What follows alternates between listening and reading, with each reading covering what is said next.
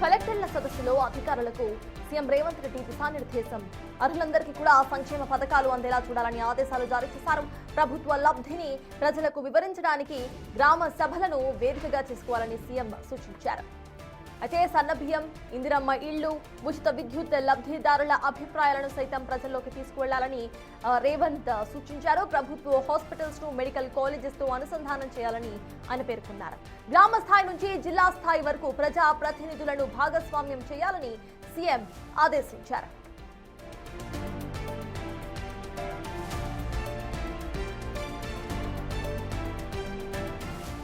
వాటికి ఇవాళ కలెక్టర్ల సదస్సుకు హాజరయ్యారు సీఎం రేవంత్ రెడ్డి. దీంట్లో కలెక్టర్స్ కు దిశానిర్దేశం చేశారు. అర్హులందరికీ కూడా సంక్షేమ పథకాలు అందేలా చూడాలని ఆదేశాలను జారీ చేశారు. ప్రభుత్వ లబ్ధిని ప్రజలకు వివరించడానికి గ్రామ సభలను వేదికగా చేసుకోవాలని సీఎం రేవంత్ రెడ్డి సూచన ఇచ్చారు. సన్నబియ్యం, ఇందిరమ్మ ఇళ్లు, ఉచిత విద్యుత్ లబ్ధిదారుల అభిప్రాయాలను ప్రజల్లోకి తీసుకువెళ్లాలని రేవంత్ సూచించారు.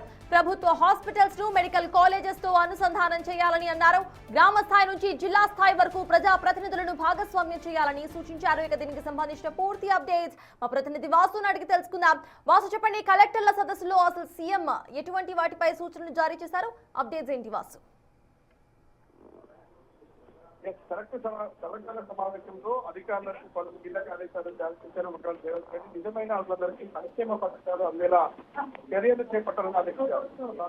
గ్రామ సభలకు సంబంధించినటువంటి ఆ విషయం సంబంధించి కూడా గ్రామ సభల్లో కూడా సంక్షేమ పథకాలు వారి ప్రభుత్వం చేకూరుస్తున్న అభివృద్ధి పనులకు సంబంధించి కూడా పూర్తి స్థాయిలో కూడా ప్రజలు క్షేత్రస్థాయిలో ఉండాలి. మరోపక్క కలెక్టర్లకు సంబంధించి 99 రోజులు ఎవరు కూడా నగరాన్ని వాళ్ళ ప్రాంతాలను జిల్లాలను వదిలి పోవడానికి ప్రసక్తి లేదంటూ కూడా ముఖ్యమంత్రి కీలక ఆదేశాలు జారీ చేశారు. మరోపక్క కొంతమంది అధికారుల తీర్పు సంబంధించి కొంతమంది కలెక్టర్ల మీద ఉన్నటువంటి ఆరోపణలు కావచ్చు, వాళ్ళపైన ఉన్నటువంటి పలు నిర్లక్ష్యానికి సంబంధించిన అంశాలపైన కూడా ముఖ్యమంత్రి కొంత సీరియస్ గా మనం తెలుస్తోంది. కొంతమంది హైదరాబాద్ నగర శివారు ప్రాంతాల్లో ఉన్నటువంటి కలెక్టర్ల తీరు పైన కూడా అసహనం వ్యక్తం చేసినట్టుగా తెలుస్తా ఉంది.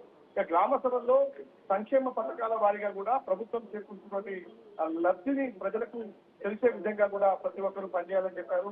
99 రోజుల యాక్షన్ ప్లాన్ ఏదైతే ఉందో గ్రామాలు నగరాల్లో జరిగిన అభివృద్ధికి సంబంధించి ప్రతి ఒక్కరు కూడా ఈ యొక్క ఏదైతే ప్రభుత్వం ఇప్పుడు సిద్ధం చేసిందో దానికి అనుగుణంగా పనిచేయాలని కూడా ఆయన ఆదేశాలు జారీ చేశారు. ఇక ప్రజాప్రభుత్వంలో అందిస్తున్నటువంటి రేషన్ కార్డులకు సంబంధించి కూడా ఆ సన్నబియ్యం, ఇందిరమ్మ ఇండ్లు, 200 యూనిట్ల ఉచిత విద్యుత్ లబ్ధిదారుల అభిప్రాయాలకు ప్రజల్లోకి తీసుకెళ్లాలి. ఎందుకంటే ఇప్పటి వరకు కూడా 200 యూనిట్లు విద్యుత్ ఇస్తున్నటువంటి నేపథ్యం కావచ్చు, రేషన్ కార్డులకు సంబంధించినటువంటి ఆ విషయంలో కూడా ఏదైతే కార్డులకు సంబంధించినటువంటి విషయంలో కూడా ఎందుకంటే ఇప్పటికే సన్నబియ్యం ఇస్తున్నటువంటి నేపథ్యం అంటే తెలంగాణ రాష్ట్రమే ఈ దేశంలో ఎక్కడ కూడా ఏ రాష్ట్రం కూడా ఇవ్వనటువంటి సన్నబియ్యాన్ని ఉచితంగా ప్రజలకు అందజేస్తున్న నేపథ్యానికి సంబంధించినటువంటి పూర్తిగా కూడా తెలియజెప్పాలి. ఇక విద్యా వ్యవస్థలో ప్రజాప్రభుత్వం చేస్తున్నటువంటి సమూల మార్పులకు సంబంధించి యంగ్ ఇండియా పోలీస్ స్కూళ్లతో పాటు మార్పులకు సంబంధించి అవగాహన కల్పించాలి. ఇటీవల కాలంలో కూడా ఇప్పటికే ఎడ్యుకేషన్ కమిషన్ ఇచ్చిన నివేదికలో కూడా సమూల మార్పులకు సంబంధించి తెలంగాణ ప్రభుత్వం శ్రీకారం చుడుతున్న నేపథ్యంలో కూడా విద్యా విధానంలో తెలంగాణ ప్రభుత్వం తీసుకొస్తున్న మార్పులు ఎలా ఉండబోతా ఉన్నాయి, ప్రతి పేదవాడికి విద్యా వైద్యం అందించే అంశానికి సంబంధించి కూడా ప్రభుత్వం తీసుకుంటున్నటువంటి చర్యలు ఏంటనేది కూడా ప్రజల్లోకి తీసుకెళ్లాలి, ప్రజలకు అవగాహన కల్పించాలి అన్న అంశాన్ని కూడా ముఖ్యమంత్రి చెప్పడం జరిగింది. ఇక మెరుగైన వైద్యానికి సంబంధించి ప్రజలకు మండల స్థాయిలో ఉన్నటువంటి మండలాల్లో కావచ్చు, ఇక గ్రామాల్లో ఉన్నటువంటి ప్రాంతాల్లో కావచ్చు వైద్య సేవలకు సంబంధించి మెరుగైన వైద్యం అందించే విధంగా చర్యలు చేపట్టాలి అన్న అంశానికి సంబంధించి కూడా ముఖ్యమంత్రి ఆదేశాలు జారీ చేశారు. ఇక ఏజెన్సీలకు సంబంధించి మధ్యాహ్న భోజనం పథకానికి సంబంధించి పాటు ఖచ్చితంగా అందేలా చర్యలు చేపట్టాలని కూడా ఆదేశాలు జారీ చేశారు. ఇక 99 రోజుల ఈ ప్రోగ్రామ్ ఏదైతే ఉందో దీనికి సంబంధించి గ్రామ స్థాయి నుంచి జిల్లా వరకు ప్రజాప్రతినిధులు భాగస్వామ్యం ఉండాలి. అంటే సర్పంచ్ నుంచి కూడా మంత్రి వరకు ఆయా జిల్లాల్లో ఆయా గ్రామాల్లో జరిగేటువంటి 99 రోజుల ఏదైతే యాక్షన్ ప్లాన్ ఉందో దీనికి సంబంధించి ప్రజాప్రభుత్వం ప్రగతి ప్రణాళిక అనే పేరుతో కూడా ప్రజల్లోకి వెళ్తున్న నేపథ్యంలో రేపటి నుంచే కూడా కార్యాచరణ రూపొందించబోతా ఉన్నారు. పూర్తి స్థాయిలో కూడా జూన్ 12 వరకు జరిగేటువంటి ఈ అభివృద్ధి సంక్షేమ పథకాలు ప్రజలకు అందే విధంగా కూడా ప్రతి ఒక్కరు కృషి చేయాలి. దీనికి సంబంధించి వచ్చే 2.5 ఏళ్ల కాలంలో కూడా తెలంగాణ ప్రజాప్రభుత్వం ఎలా ముందుకెళ్తుంది, ప్రజల సంక్షేమం కోసం అభివృద్ధి పనుల కోసం ఎలాంటి కార్యక్రమాలు చేపడుతుంది, ఎందుకంటే గ్రామాలకు సంబంధించినటువంటి స్వచ్ఛదనంతో పాటు పచ్చదనానికి సంబంధించి ప్రజల్లో సదస్సులు నిర్వహించాలి, గ్రామాల్లో వాళ్ళకి అవగాహన అవగాహన కల్పించాలి.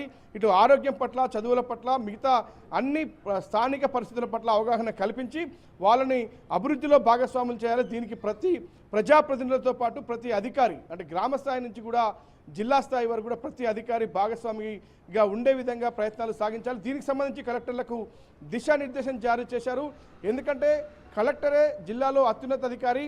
ఆయన గ్రామ స్వరాజ్యంతో పాటు, గ్రామాలతో పాటు పట్టణాల్లో ఏదైతే అభివృద్ధి సంక్షేమ పథకాలు అమల్లోకి రావాలి, ఖచ్చితంగా అనుకున్న టార్గెట్లు రీచ్ కావాలంటే కలెక్టర్లు గ్రౌండ్ లెవెల్కి వెళ్ళి పనిచేయాలి, అధికారులు ముందుంచి నడిపించాలి అన్న అంశానికి సంబంధించి కూడా దిశానిర్దేశం చేశారు. ఎవరైతే ఉదాసీనతగా, నిర్లక్ష్యంగా వ్యవహరిస్తారో వాళ్ళపైన కఠిన చర్యలు తప్పవన్నటువంటి హెచ్చరికలు కూడా ముఖ్యమంత్రి జారీ చేశారు. ఈ సమావేశానికి సిఎస్ నుంచి మొదలుకుంటే కూడా జిల్లా కలెక్టర్ల వరకు కూడా అన్ని శాఖల హెచ్ఓడీలు పాల్గొనడం జరిగింది. ఇక మంత్రులు కూడా పాల్గొన్నారు.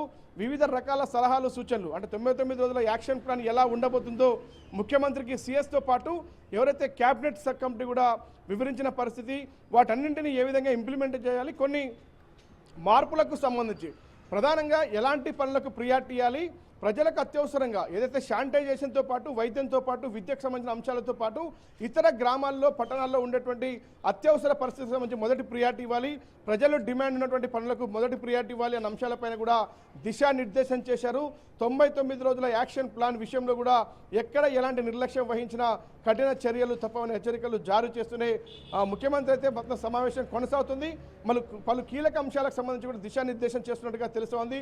కొంతమంది కలెక్టర్లు, కొంతమంది ఐఏఎస్ అధికారుల తీరుకు సంబంధించి కొంత అసహనం వ్యక్తం చేసినట్టుగా తెలుస్తూ ఉంది. ఎందుకంటే మంత్రులు ఇప్పటికే కొన్ని ఫిర్యాదులు చేశారు. కొంతమంది అధికారుల వ్యవహార శైలికి సంబంధించి జిల్లాల్లో కూడా ఎమ్మెల్యేలకు, మంత్రులకు కొంతమంది ఐఏఎస్ అధికారులతో పొసగడం లేదన్నటువంటి అంశానికి సంబంధించి పలు ఫిర్యాదులు ఇప్పటికే అందాయి. కొన్ని ఇంటెలిజెన్స్ రిపోర్ట్ల ఆధారంగా కూడా ముఖ్యమంత్రికి ఇప్పటికే ప్రోగ్రెస్ రిపోర్ట్లు అందినటువంటి నేపథ్యం, సిఎస్ కూడా గత కొంతకాలంగా ప్రోగ్రెస్ రిపోర్ట్లు సిద్ధం చేస్తున్న నేపథ్యం, వీటన్నిటిని కూడా పరిశీలించిన ముఖ్యమంత్రి కొంతమంది అధికారులను ఉద్దేశించి కూడా కొన్ని కీలక వ్యాఖ్యలు చేసినట్టుగా సమాచారం అంతా ఉంది. వాసు, కొంతమంది కలెక్టర్స్ పై సీరియస్ అయినట్టుగా సైతం తెలుస్తోంది. కలెక్టర్స్ కొంతమంది ఇటు వాళ్ళ హెడ్ క్వార్టర్స్ లో ఉండకపోవడాన్ని సైతం సీఎం గమనించినట్టుగా తెలుస్తోంది. వాళ్ళకి సంబంధించి ఎలాంటి దిశానిర్దేశం చేస్తారు అండ్ కలెక్టర్స్ డిసిప్లిన్ కు సంబంధించి ఎలాంటి దిశానిర్దేశాలు చేస్తారు సీఎం? ఇష్టరీతిగా వ్యవహరిస్తున్న తీరుకు సంబంధించి, అంటే ప్రతి ఒక్క జిల్లా కలెక్టర్ జిల్లా అధికారిగా ఉన్న నేపథ్యంలో కూడా ఆయన ఆ జిల్లాలోనే ఉండి పనిచేయాల్సినటువంటి అవసరం ఉంది. ఏదైనా సంఘటన జరిగినప్పుడు, ఏదైనా అభివృద్ధి కార్యక్రమం సంబంధించి పనులు జరుగుతున్నప్పుడు క్షేత్రస్థాయిలోకి వెళ్ళి పరిశీలించాలని పదే పదే ముఖ్యమంత్రి చెప్తా ఉన్నాడు. కానీ కొంతమంది అధికారుల తీరుకు సంబంధించి జిల్లాలో పనిచేస్తున్న కలెక్టర్లు చాలామంది హైదరాబాద్లో నివాసం ఉంటున్నారు, హైదరాబాద్ నుంచే జిల్లాలకు పర్యటిస్తూ ఉన్నారు. కానీ అది సరైన పద్ధతి కాదు, జిల్లాలో ఉండి పని చేయాలి. అలాంటి కలెక్టర్లు తీరు మార్చుకోవాలంటూ కూడా ముఖ్యమంత్రి ఆదేశాలు జారీ చేశారు. వాళ్ళు కొన్ని హెచ్చరికలు కూడా ఇవ్వడం జరిగింది. అంటే కొంతమంది అధికారుల తీరుకు సంబంధించి హైదరాబాద్ నగర శివారు ప్రాంతాల్లో ఉన్నటువంటి అధికారులు పూర్తి స్థాయిలో కూడా హైదరాబాద్లోనే తిష్ట వేశారు. వాళ్ళు శివారు ప్రాంతాలకు వెళ్ళడం లేదు అన్న అంశానికి సంబంధించినటువంటి విషయం పైన మరోపక్క సచివాలయంలో పనిచేసే స్పెషల్ సెక్రటరీ నుంచి కార్యదర్శుల వరకు కూడా అధికారులు కూడా అవసరమైతే క్షేత్రస్థాయిలోకి వెళ్ళి పరిశీలించాలి. కొన్ని అభివృద్ధి కార్యక్రమాలకు సంబంధించి, సంక్షేమ పథకాల విషయంలో అవగాహన కల్పించే విషయానికి సంబంధించి. కాబట్టి ప్రజాప్రభుత్వం చేస్తున్నటువంటి సంక్షేమ పథకాలతో పాటు పలు అభివృద్ధి కార్యక్రమాలు ప్రజల్లోకి తీసుకెళ్లాలి. రాబోయే 2 నెలలతో పాటు రేపు 99 రోజుల టార్గెట్స్ ఎలా రీచ్ కావాలన్న అంశం పైన ముఖ్యమంత్రి అధికారులకు, ఇటు కలెక్టర్లకు కీలక ఆదేశాలు జారీ చేశారు. ఎవరైతే ఈ అంశానికి సంబంధించి నిర్లక్ష్యంగా వ్యవహరిస్తే చర్యలు తప్పవని కూడా హెచ్చరించారు. Yes, thank you Vasu. మొత్తానికి ఇటు సీఎం రేవంత్ రెడ్డి పలువురు కలెక్టర్స్ తీరుపై సీరియస్ అయ్యారు. కలెక్టర్ల సమావేశంలో ఆయన మాట్లాడినట్టుగా తెలుస్తోంది. అండ్ తదుపరిగా కూడా ప్రభుత్వం చేస్తున్న కార్యాచరణను ఇటు ప్రజల్లోకి తీసుకువెళ్లే విధంగా కలెక్టర్లు పనిచేయాల్సిందిగా దిశానిర్దేశం సైతం ఇటు జారీ చేశారు.